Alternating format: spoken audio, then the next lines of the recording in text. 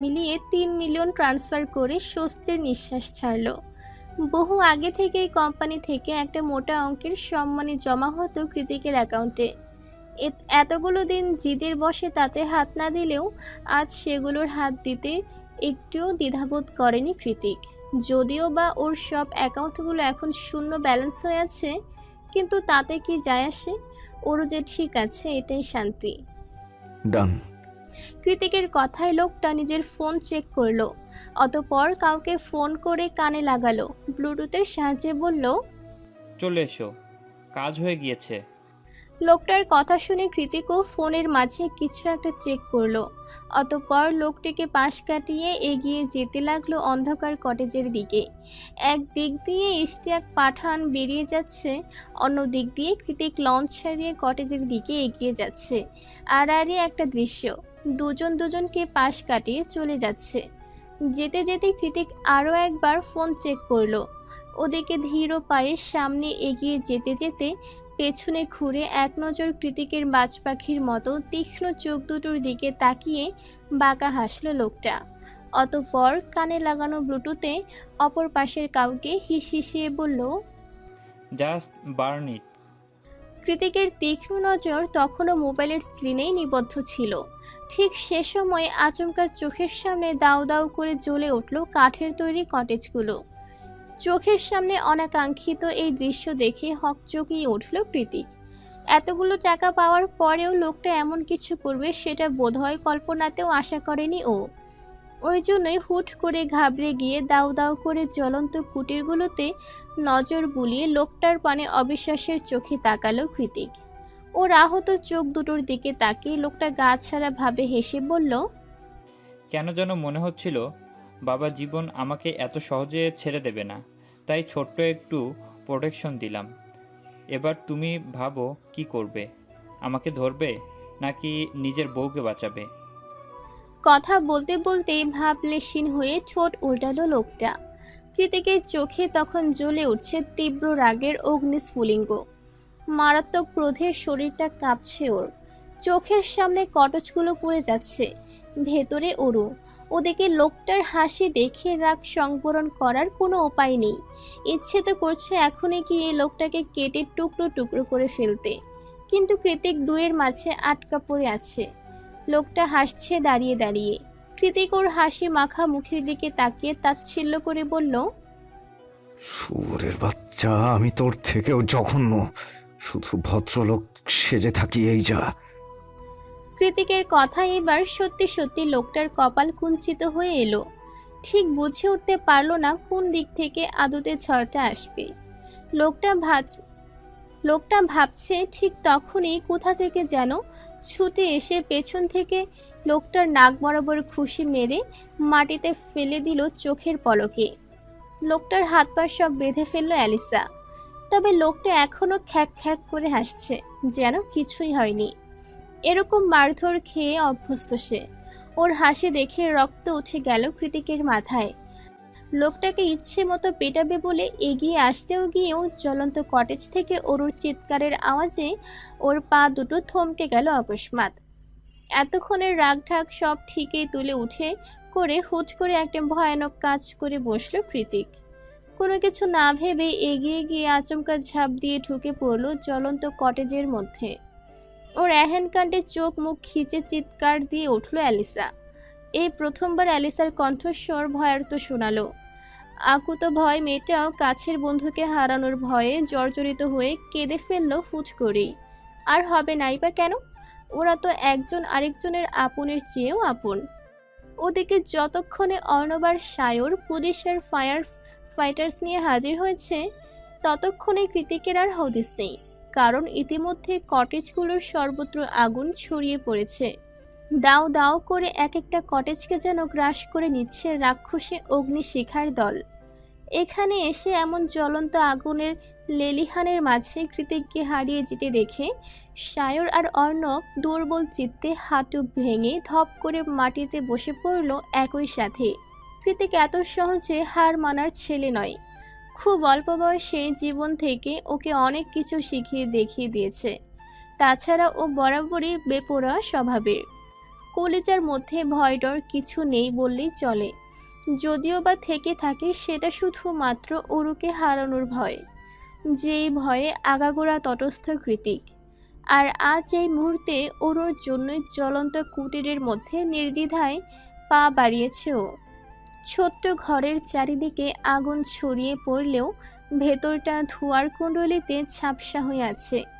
কৃতিক ধোঁয়ার মধ্যে ছুটে গেল অরুর নিকট। অরুর হাত পা মুখ সবকিছু চেয়ারের সাথে বাঁধা, লম্বা চুলগুলো মাটি ছুঁই ছুঁই করছে, মাথাটাও টলছে। অরু হয়তো ভেবেই নিয়েছিল এটাই ওর শেষ, কিন্তু হঠাৎ করেই সব সময়ের মতো আধারের মরীচিকার মধ্যে একটুখানি আলোর ছটা হয়ে ওর সামনে এসে দাঁড়ালো ওর সেভিয়ার, ওর জায়ান কৃতিক, যাকে এই মুহূর্তে ঝাপসা অথচ ব্যাকুল চিত্তে পরখ করছে অরু। কৃতিক হুডি পরে আছে, মাথাটা ক্যাপ দিয়ে সম্পূর্ণ ঢাকা, তবু লম্বা চুলের অনুপস্থিতিটা ঠিকই ধরতে পারল অরু। সেই সাথে কৃতিক শুকিয়েও গিয়েছে অনেকটা। এতগুলো দিন পরে এতটা বিচ্ছেদের যন্ত্রণার ইতি টেনে কৃতিকের মুখোমুখি হওয়াটা ছিল অরুর কাছে স্বপ্নের মতোই সুন্দর আর চমকপ্রদ। তাই তো এই আগুনের লেলিহান, এই শারীরিক যন্ত্রণা, এই ফাঁকা মস্তিষ্ক সব কিছুকে ছাপিয়ে চোখের সামনে কৃতিককে দেখতে পেয়ে সহসা ছটফট করে উঠল অরু। মুখ বাঁধা অবস্থাতে কেঁদে উঠল চিৎকার করে। কৃতিক ব্যথাতুর চাহনিতে তাকিয়ে আছে অরুর মুখের দিকে, যে এই মুহূর্তে ওকে দেখে হাত পা দামাচ্ছে আর শব্দ করে কাঁদছে। আজ এই মুহূর্তে দাঁড়িয়ে অরু ঠিকই বুঝতে পেরেছে, সেদিনের সেই স্বপ্নে অরু যখন গভীর চোরাবলির নিচে হারিয়ে যাচ্ছিল, তখন ওর হাতটা অন্য কেউ নয়, স্বয়ং কৃতিকে টেনে ধরেছিল। কারণ এতদিনে এইটুকু বিশ্বাস করে ফেলেছে যে শেষ নিঃশ্বাসের আগ পর্যন্ত এই লোকটা ওর হাত ছাড়বে না, কিছুতেই ছাড়বে না। কৃতিক এগিয়ে গিয়ে তাড়াহুড়ো করে অরুর হাত পায়ের বাঁধন খুলে দিতেই অরু তৃষ্ণার্থ চাতকের মতো উঠে দাঁড়িয়ে নিজের কাঁপা কাঁপা হাত দুটো ছুয়ালো কৃতিকের মসৃণ তীক্ষ্ণ গালে। সেভাবে দু হাত রেখেই এক ধ্যানে দেখতে লাগলো নিজের ফেরারি ভালোবাসার মুখখানা। আজ কতগুলো দিন বাদে এই মানুষটাকে স্পর্শ করলো ও। ভীষণ স্বস্তিতে দম বন্ধ হয়ে আসছে ওর, চোখ দুটো ঝাপসা। কৃতিক কোনো কিছু না বলে অরুর হাতে ঠোঁট ছুঁয়েছে, কি ছুঁয়ায়নি তার আগে অকস্মাৎ চেতনা হারিয়ে কৃতিকের বুকেই ঢলে পড়ল অরু। ফায়ার ফাইটারদের সাহায্যে অচেতন অরুকে কোলে নিয়ে খুব সহজে বাইরে বেরিয়ে আসতে পেরেছে কৃতিক। ততক্ষণে ইশতিয়াক পাঠানকে ধরে ফেলেছে ইউএসএ পুলিশ। কৃতিক অরুর সমেত লোকটার কাছে এগিয়ে এসে বলল, ইউ ফাকড আপ শ্বশুর বাপ্পা, আগেই বলেছিলাম তোকে আমি কৃতিক এতটাও ভদ্রলোক নই। এবার জেলে গিয়ে ডিসাইড কর 3 মিলিয়ন দিয়ে কি কি করবি। আর হ্যাঁ, এটা বাংলাদেশ পুলিশ নয় যে চাইলেই বড় মাথাওয়ালাদের পা চেটে বেরিয়ে আসবি। তোকে উপযুক্ত শাস্তি প্রদানের জন্য ঠিক যা যা করা দরকার আমি তাই তাই করব। প্রথমে আমেরিকান গভর্নমেন্টের কঠোর শাস্তি ভোগ করে নে, তারপর না হয় কোনোদিন মুক্তি পেলে আমি নিজেই তোর চমদূত হব। তুই আর এই জীবনে আমার হাত থেকে নিস্তার পাবি না। কথাটা বলে লোকটার মতো করে নিঃশব্দে একটা কপট হাসি দিল কৃতিক। অন্ধকারের মাঝে হৃদয়ে কাঁপন ধরিয়ে দেবার মতোই ভয়ানক দেখালো সেই মেকি হাসি। একটা ছোট্ট জায়গায় গুটিসুটি মেরে ঘুমাতে ঘুমাতে শরীরের মাংসপেশি সব ব্যথায় টনটন করছে অরুর, অথচ মস্তিষ্কটা সেই তুচ্ছ ব্যথার ঊর্ধ্বে গিয়ে নীরব আর চিন্তামুক্ত হয়ে ক্রমশ ঘুমের দিকে ঠেলে দিচ্ছে ওকে। ঘুমের রেশ কাটাতে না পেরে সরু জায়গার টুকতেই এবার একটু আরাম করে শুলো অরু। ওর মাথার নিচের বালিশটা বেজায় শক্ত কিন্তু উষ্ণ। এমন উষ্ণতা বিগত 2 মাস ধরে অরু কত খুঁজেছে তার ইয়ত্তা নেই, অথচ আজ হুট করে এই উষ্ণ বস্তুটা ওর কাছে নিজে থেকেই ধরা দিল। এর প্রশান্তির আর কী বা হতে পারে? এত কিছু ভাবতে ভাবতে ঘুমের ঘুরে শক্তপোক্ত উষ্ণ বালিশকে নাক ঘষল অরু। বরাবরের মতোই বদভ্যাসের বশবর্তী হয়ে ঘুমের কোণ বেয়ে বেরিয়ে আসা লালাটুকু ও তাতে মুছল। কিন্তু যখনই নাক টেনে লম্বা শ্বাস নিল, ঠিক তখনই টনক নড়ল অরুর। কারণ এখান থেকে ভেসে আসছে অরুর সবচেয়ে পছন্দের মাদকীয় সুবাস, ওর প্রিয় পুরুষের গন্ধ। এই স্নিগ্ধ ম্যানলি সুঘ্রাণটা শুধুমাত্র কৃতিকের শরীর থেকেই পায় অরু। তাহলে কি এটা কৃতিক? প্রশ্নটা মস্তিষ্ক ছুতেই তন্দ্রা ছুটে গেল অরুর। তৎক্ষণাৎ চকিতে চোখ খুলে দেখতে পেল এটা অন্য কারোর হাত নয়, স্বয়ং কৃতিকের চওড়া ঢেউ খেলানো বক্ষদেশ, যা নিঃশ্বাসের তালে তালে বারবার ওঠানামা করছে ওর চোখের সামনে। তার মানে কি এটা স্বপ্ন ছিল না? বেবি, কৃতিকের শান্ত গলার আওয়াজটুকু কানে ভেসে আসতে শোয়া থেকে ধর ফুরিয়ে উঠে বসল অরু। চারিদিকে চোখ বুলিয়ে বুঝল ওরা এই মুহূর্তে গাড়িতে বসে আছে। গাড়িটা এক জায়গায় স্থির, তার মানে চলছে না। আর ওরু এতক্ষণ ধরে কৃতিকের বুকেই শুয়ে নিরিবিলি ঘুমোচ্ছিল। চারিদিকে চোখ বুলিয়ে এতক্ষণ ওরুর নজর গেল কৃতিকের দিকে, যে সেই তখন থেকে ওর পানে নিষ্প্রভ চোখে চেয়ে আছে। চোখের সামনে জলজ্যান্ত কৃতিককে দেখতে পেয়ে ওরু উদ্বিগ্ন হয়ে বলে উঠল, তুমি না মানে আপনি ঠিক আছেন? কৃতিক আস্তে করে অরুকে কাছে টেনে নিয়ে ওর কপালে কপাল ঠেকিয়ে হাসকি স্বরে বলল, সে ইট অ্যাগেইন বেবি। কি? অরুর ক্ষুদ্র প্রশ্নে কৃতিক কাতর গলায় বলল, তোর মুখে কতদিন এই ওয়ার্ডটা শুনি না, আবার ডাক তুমি করে। কৃতিকের কথায় অরুর চোখের কার্নিশ পেয়ে গড়িয়ে পড়ল তপ্ত নোনা জল। কৃতিকের এই সামান্য কথাতে কি যে পূর্ণতা ছিল তা ভাষায় প্রকাশ করতে পারবে না অরু।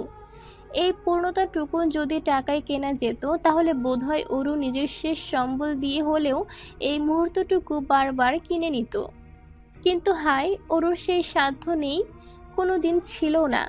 তাই তো নিজের স্বামীর জীবন মরণের সন্ধিক্ষণে ও পাশে থাকতে পারেনি অরু।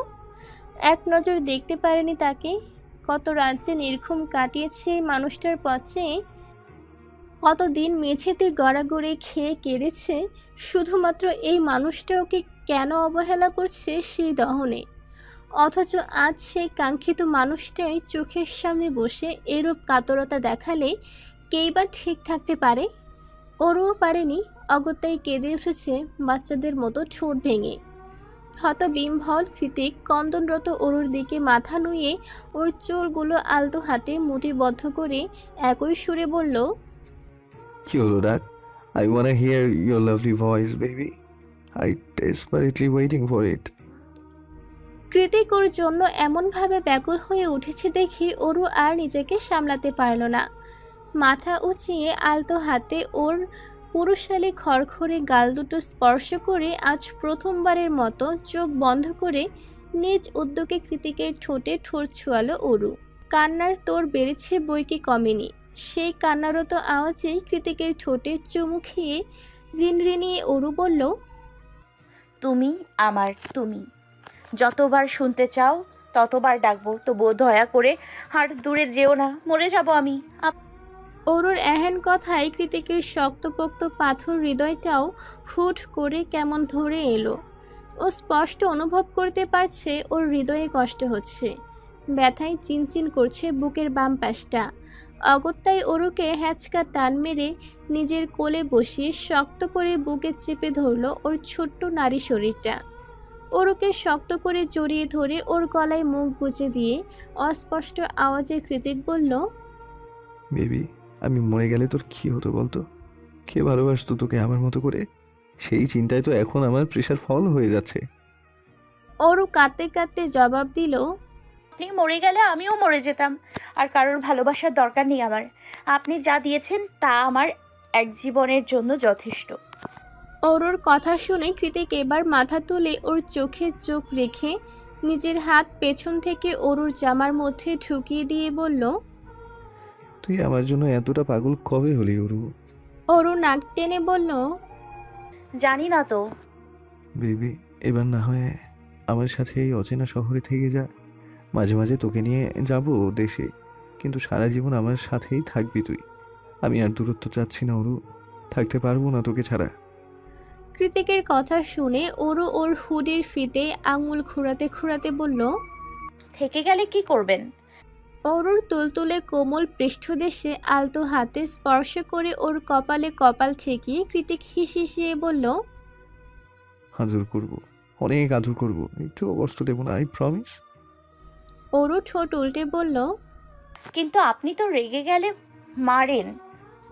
কৃতিকের হাতের স্পর্শ প্রগাঢ় হলো। সেভাবে জিভ দিয়ে অধর ভিজিয়ে কৃতিক জবাব দিল। আমি মারবো, আবার আমি আদর করব, সব আমি করব, আর কেউ না। কারণ তুই আমার যতখানি আছিস, আমি তার থেকেও তোকে আরো বেশি চাই, হার্টবিট।